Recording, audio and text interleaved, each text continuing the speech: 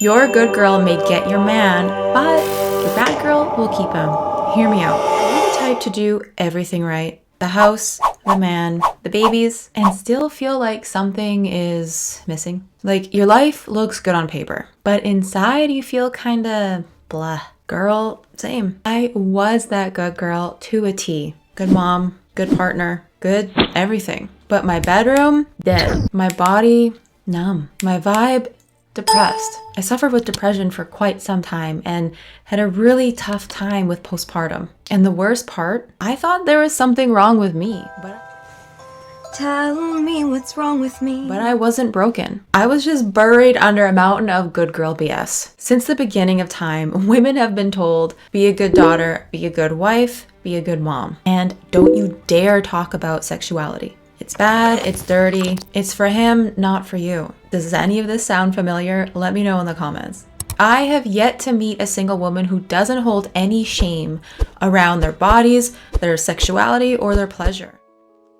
You feel weird about your body, your belly, your breasts, your vulva, and your butt. You can't climax, but maybe only in a specific way, with your vibe, with your blankets all over you, the lights turned off so no one knows. You say yes when you mean no. You lose your spark, and your partner, well, gets bored.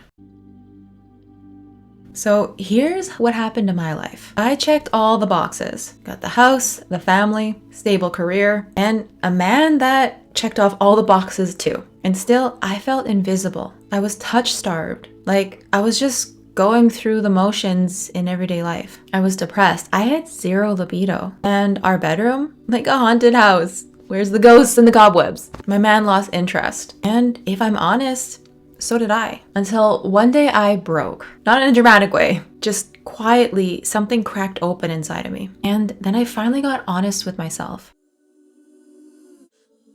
I started prioritizing my pleasure in really easeful, manageable ways.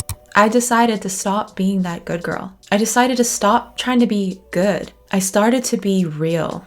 I stopped trying to be liked. I started being felt. I stopped worrying about keeping the peace. And I got comfortable in conflict. And here's what shifted everything. I healed my wounds with men. So I stopped chasing approval. I got really clear on what I wanted, needed, and where my likes and limits were. I let my spicy side to come out and play. And oh, baby, did my man notice that. Now, don't get this twisted. It wasn't all roses and moans. It was awkward, uncomfortable, and I questioned myself a lot. But then his eyes were back on me. His hands couldn't stay off of me. And suddenly we were flirting, playing, and connecting again. Now maybe you're thinking, what if my man doesn't get it? What if he thinks I've changed too much? Here's the truth, babe. You have changed. You're growing. You're remembering who you are through this process. First, he may be a little confused with you showing up differently. He might be like, who is this woman? But if he loves you, the real you, he will rise with you. You're not pushing him away. You're inviting him closer to the real you, into your truth, your softness, your power. And if he doesn't rise, that's his mirror, not your burden. Through this process of letting the good girl die, my libido came back. My confidence was real. And our bedroom became alive again. And it all started with one brave choice. Stop performing and start feeling. Ooh, I know that's a big one for so many, and probably you. Because when you've spent years of people-pleasing others, you forget how to please yourself. So if you're like, I don't know what I want, start here. Ask, what do I not want anymore? Sometimes the clearest truth comes from what we're no longer willing to tolerate. Start small. No more fake yeses. No more faking orgasms, please. You are not serving anybody. No more quiet resentment. That just builds up and erodes so much trust. And no more feeling invisible. Express yourself and let yourself be seen. And if you don't know the words, that's okay.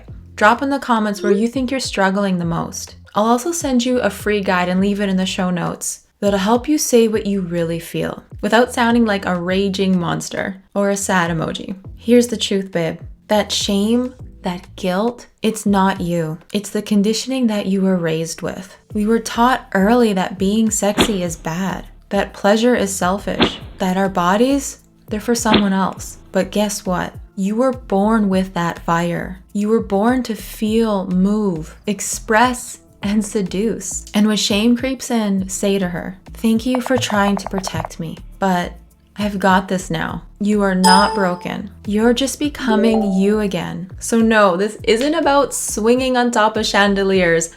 But if you do, please take a video, post it, tag me, that will go viral. It's about coming back into your truth. Ask yourself this: where am I biting my tongue for the fear of disappointments or conflicts? Where am I abandoning my needs to please others? Where am I shrinking to keep the peace? Your truth, babe, it's sexy. Your no is sacred, and it helps you find your yes. And your needs, they matter. If you want to start speaking up with clarity and confidence that creates more connection, drop the word baddie in the comments and I'll send you my free guide. It'll also be in the show notes so you can start honoring your desires without guilt, without shame, and without apology. Until next time, stay bold, stay juicy, and never dim your spicy little life. And I'll check you out in the next video right here.